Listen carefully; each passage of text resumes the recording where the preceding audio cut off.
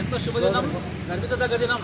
ఎందుకనగా గత 30 సంవత్సరాలుగా నిర్విరామంగా ఎస్సీ వర్గీకరణ సాధనకై ఎందరో మహానుభావులు ఉద్యమకారులు ఉద్యమిస్తూనే ఉన్నారు.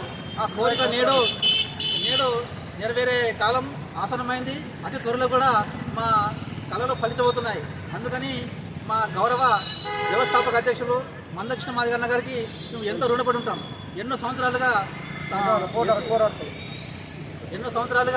మేము పోరాడుతున్నా కూడా ఎన్నో ప్రభుత్వాలు మా హామీలు ఇచ్చేసి విస్మరించాయి.